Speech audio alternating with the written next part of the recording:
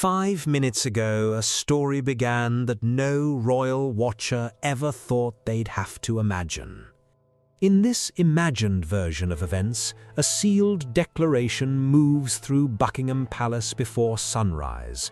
No warning, no farewell, no time for anyone to prepare. Camilla's position as Queen Consort has ended, effective immediately. Princess Anne has been named to stand beside the king in her place.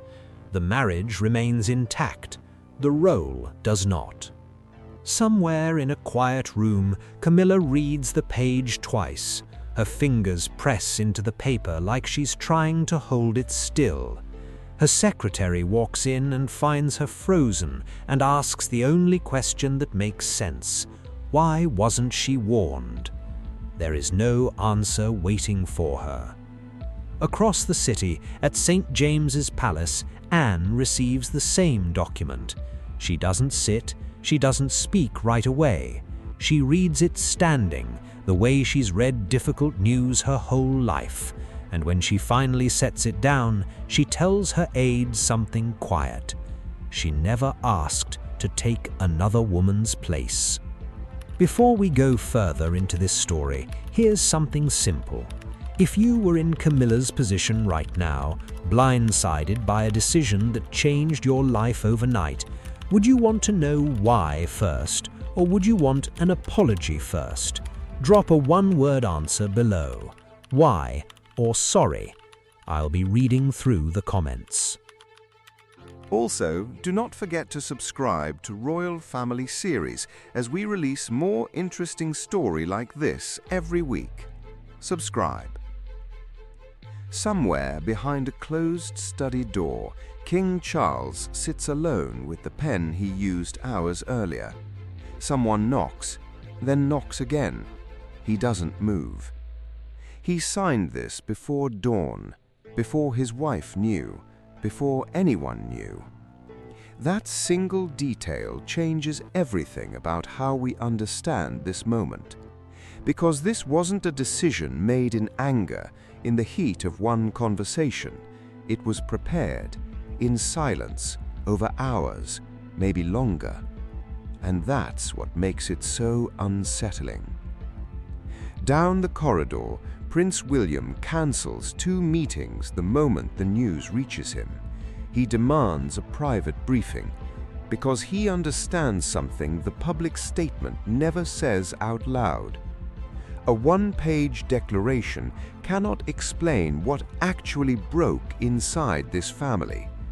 There's a second document, sealed, never released. And Anne, even now, refuses to accept the role publicly until she understands exactly what happened and why her brother waited until this particular morning to act. 3 people, 1 decision, and a wound none of them can hide from any longer. Because Camilla spent years fighting to be accepted beside a king, Anne built her entire identity on service, never asking for a crown of her own. And Charles now stands in the middle, holding the woman he defended for decades in one hand and the sister whose loyalty never needed defending in the other. For each of them, this morning means something different. For Camilla, it feels like erasure. Proof that even after everything, she was never fully safe. For Anne, it feels like an obligation she never wanted, wrapped in a family's pain she can't undo. And for Charles, it feels like the moment a promise he made in private finally broke, whether he meant it to or not. Because years earlier, he told his wife something in confidence, that she would never again stand alone in front of public judgment. His own signature just broke that promise. And somewhere in his study, holding an old photograph of himself and his sister as children, Charles understands something he isn't ready to say out loud yet. This didn't start this morning. It started long before Camilla ever entered royal life. What actually happened 3 weeks earlier in a quiet corridor at Windsor Castle is where this story truly begins. And once you hear it, you'll understand why nothing about this morning was sudden at all. 3 weeks before the palace ever released that declaration, something happened inside Windsor Castle that nobody outside a handful of people ever saw. It started with a seating card, small, ordinary, the kind of detail that means nothing until it means everything. The royal family had gathered for what was meant to be a ceremony of unity, a symbolic pledge signed by senior members of the family, defining their roles for the years ahead. Order mattered here, precedence mattered. Where a person stood was never just decoration, it was a message, understood without a single word spoken. Anne noticed the change before the ceremony even began. Her name had moved. She lifted the card, studied it in silence, and asked the official standing nearby a simple question. Who authorized this? Camilla answered before anyone else could. She pulled Anne aside into a quiet corridor just off the main hall and told her plainly that the monarchy could not function properly while the king's wife remained positioned beneath his sister. She said her office needed visible authority, that staff would never fully respect a role they were allowed to place beneath someone else. Anne didn't raise her voice. She never does. She told Camilla that precedence isn't a reward for being accepted. It's a structure, a discipline that protects the entire institution from exactly this kind of moment. And then she said something that would echo for weeks after. Changing it without written approval doesn't strengthen an office, it weakens the whole crown. Charles arrived just as the conversation ended. He found the folder, found the altered seating page, and without a word to either woman, he tore it free and ordered the original arrangement restored before anyone else entered the room.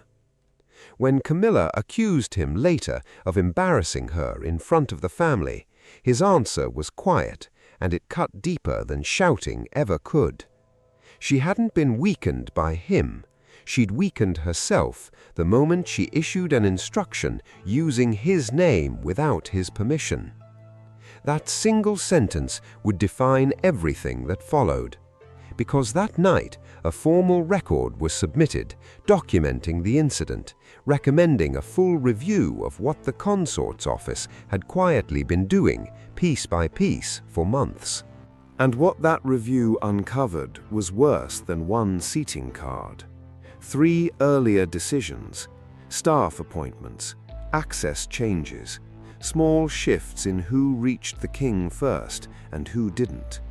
Each one small enough to explain away on its own. Together, they told a different story entirely. Here's the part almost nobody expected. Anne, of all people, tried to stop what came next. She urged her brother not to humiliate his wife in public. She believed a private correction was still possible, that the family could survive this quietly, the way families sometimes do. But Charles had already learned the altered documents reached senior officials. The moment had already left the family's control. Silence wasn't protection anymore. It had become permission, and permission, once given, is almost impossible to take back. What happened next would take place behind one closed door, with no cameras, no aides, and no rehearsed smiles left to hide behind. Charles stood behind his desk. Camilla stood in front of it, and Anne, positioned near the fireplace, wasn't there to arrive, she was there to witness. For several seconds nobody spoke. Then Charles slid the altered ceremony page across the desk and asked his wife a single question. "Did you authorize this?" She didn't deny it. She said the palace had kept treating her office as decorative. that she'd acted to protect the authority a king's wife deserved after years of feeling like she was still auditioning for a role she'd already earned. Anne stepped forward before Charles could respond. "Respect isn't manufactured," she said. "It isn't built by moving names across a page in a quiet room where no one's watching." Camilla turned on her. She accused Anne of forming a silent alliance with William, an alliance built, she said, to control Charles whenever his judgment softened. The room went still. Charles struck the desk once with his open palm, and both women fell silent at the same moment. He told them plainly that neither his wife nor his sister would speak as though he'd already lost command of his own crown. Then he opened a second folder, 3 more directives, each one carrying Camilla's approval. One of them proposed replacing senior household staff with advisors loyal only to her private office. Every protection she claimed to be offering him had also somehow expanded her own reach. He asked her why. She didn't have an answer that satisfied him. Anne moved toward the door, ready to leave husband and wife alone. Charles stopped her. "This isn't just a marriage anymore," he said. "This is the institution now." Camilla broke. She asked whether decades of loyalty could really be erased by one ceremony and a handful of instructions. Charles told her the number was never the point. The point was the moment affection quietly became permission, permission to act as though his name and her judgment were the same thing. He turned the unsigned order toward her. She saw Anne's name beneath the words "immediate assumption of consort duties" and slowly, without saying anything at all, pushed her chair back from the desk. Before Charles could sign it, the door opened again.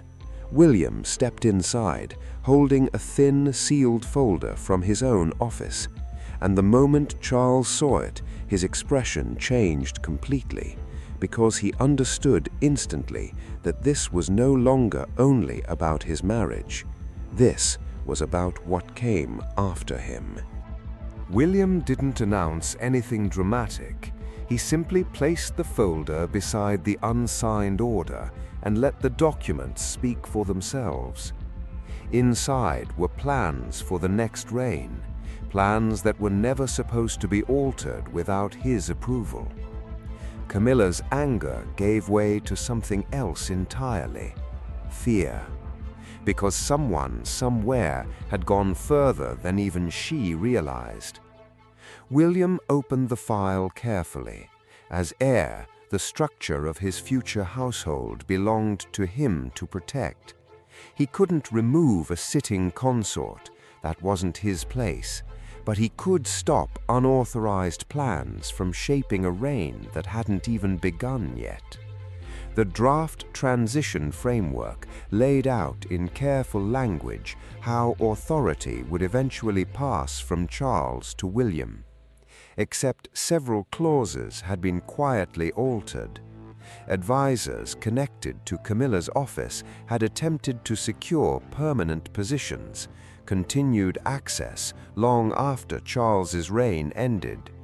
One clause would have allowed her private office influence over royal residences and even certain family archives well into William's future rule.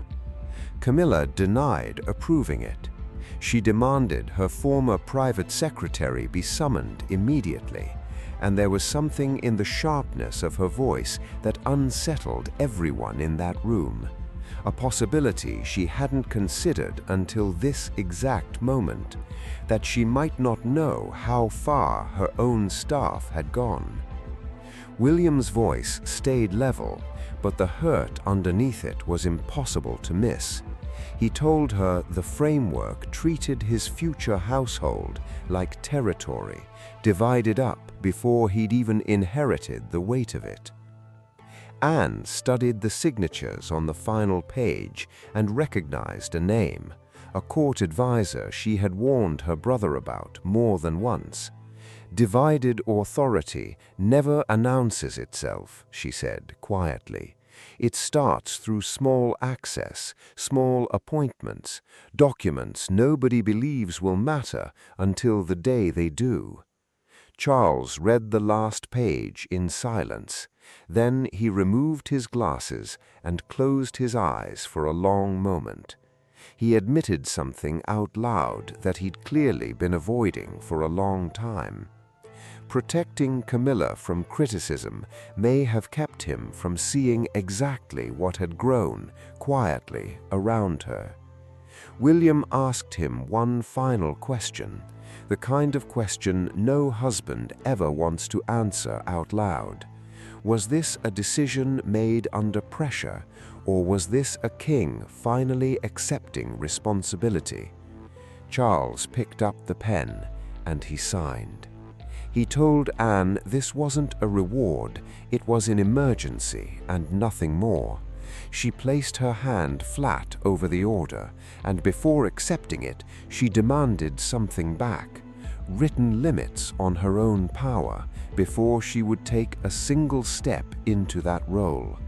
The ink had barely dried when a knock reached the door, and that knock would carry the first visible proof that Camilla's royal life, as she'd known it, had already started to disappear. Power inside a palace rarely disappears with raised voices. It disappears through changed schedules, recalled paperwork, names quietly removed from rooms they used to belong in. Before Camilla even left the study, her office had already been notified, engagements suspended, her official boxes recalled. An aide arrived carrying a velvet tray and asked gently for the insignia that marked her authority. Camilla looked at Charles. He couldn't meet his eyes. When another official asked for her access card, the one that opened consort offices and private briefings, her hand closed around it instinctively. Charles gave her that card himself the morning of the coronation. Now, quietly, he told her it represented an office, not a marriage. She handed it back anyway, and told him the palace had made those two things impossible to separate a long time ago. The process moved fast after that. Stationery changed, seating plans updated, briefing access revised, all before the evening was over. Every altered detail mattered, because confusion at this level can look a lot like a monarchy that's lost control of itself. Anne walked into the consort office and found something unexpected sitting on the desk, an unfinished speech still in Camilla's handwriting. She folded it carefully, asked that it be delivered privately instead of thrown away. Taking on a role, she said, doesn't give anyone permission to erase the person who held it before. William gave staff the same instruction.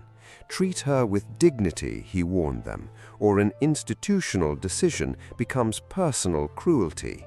And that, he said, was something this family would not allow. But not everyone listened quietly. A senior courtier removed Camilla's nameplate from the briefing room as she walked past at the far end of the corridor, and the sound of it hitting the table reached her before she could look away. Charles allowed her to keep her private residence, her personal style, small proof that he intended to remove power without severing the bond underneath it completely. Camilla refused a quiet exit. She walked through the main corridor with her head level, past staff who fell silent as she passed. Outside, the story had already left the palace entirely. Broadcasters interrupted their programming. Crowds gathered at the gates in the rain, listening as someone read the declaration aloud from a phone screen. Some saw Anne's appointment as duty finally restored. Others saw Camilla's removal as something far crueler. One image, more than any headline, captured what the public couldn't quite put into words. Two women standing at the palace gates, holding signs for opposite sides of the story, standing quietly beside each other anyway. Anne wouldn't begin her new role yet, not until she'd spoken to the woman she was replacing. Alone, no aides, no officials, no version of the truth softened for anyone else's comfort. And what happened in that private room would decide something far more important than any title: whether anything personal could survive what the crown had just done to both of them. Anne entered without a single aide beside her. Camilla was sitting near an untouched cup of tea, still dressed for an appearance she would never make. For the first time since this began, neither woman had anyone there to soften what came next. Camilla asked if she'd come to see what was left of her. Anne answered quietly. She'd come because the crown had already spoken, the family hadn't. She told Camilla plainly that she never wanted this role and would only hold it for as long as stability required, not a moment longer. No secretary was recording this. No one was here to protect either of them from the truth.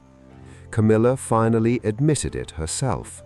She'd authorized the change at Windsor because she was afraid of becoming irrelevant as pressure mounted around the king.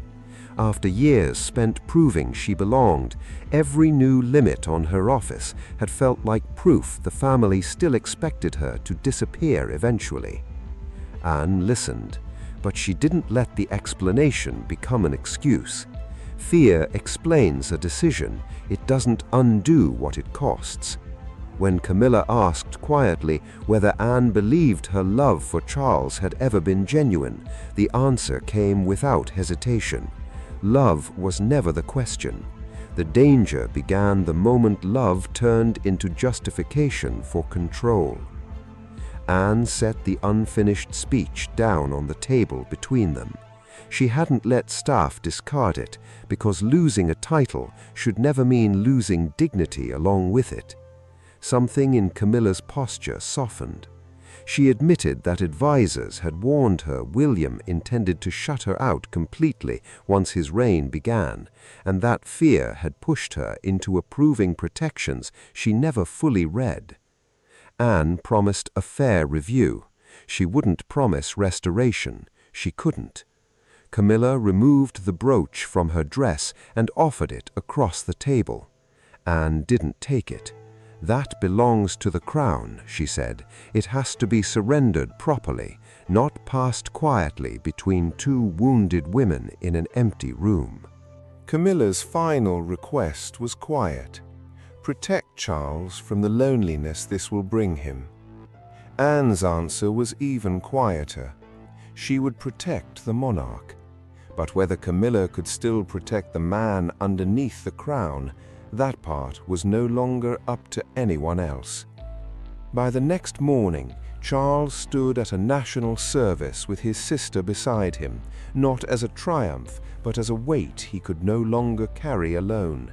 Camilla wasn't there. She watched privately from a distance as the congregation rose around a moment she used to belong to. Anne wore no new jewels that day. She asked officials to keep every headline focused on the king, not on her. This was never meant to look like a victory, and she refused to let it become one. Charles hesitated before stepping forward. Anne offered her arm quietly, reminding everyone watching that she was there to steady her brother, not to replace him. Later, Charles visited Camilla alone. No briefing folder, no aides waiting outside the door. He walked in as a husband, not as the king who'd signed the order that ended her role. She admitted her fear had driven her toward power the position was never meant to carry. He admitted something too. His own silence for years had let resentment and ambition grow quietly around the people closest to him. Anne accepted her role under written limits. She couldn't touch succession planning, couldn't reshape the household, couldn't move a single name on a seating chart without approval first. William backed those limits publicly, calling for transparency where there had once been private influence. Camilla remained part of Charles's life, just never again part of his crown.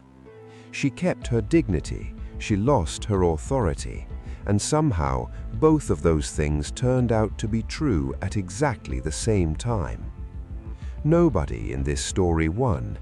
Anne accepted without celebration, Camilla endured without being destroyed, and Charles kept his crown intact but lost forever the comfortable idea that love and duty could always sit peacefully in the same room. Each of them gave something up: power, certainty, pride, and that, in the end, was the price this family paid simply to survive itself. This is where our story ends for today, but it isn't where the story ends completely, because there's a detail from inside that private room between Anne and Camilla that we haven't told you yet. A single line buried in an official record that suggests Camilla knew about her advisor's true intentions far earlier than anyone in the palace admitted. If that's true, everything you just heard about who deceived who needs to be looked at again. That story is coming next, and once you hear it, you'll understand why some people inside that palace still aren't speaking to each other.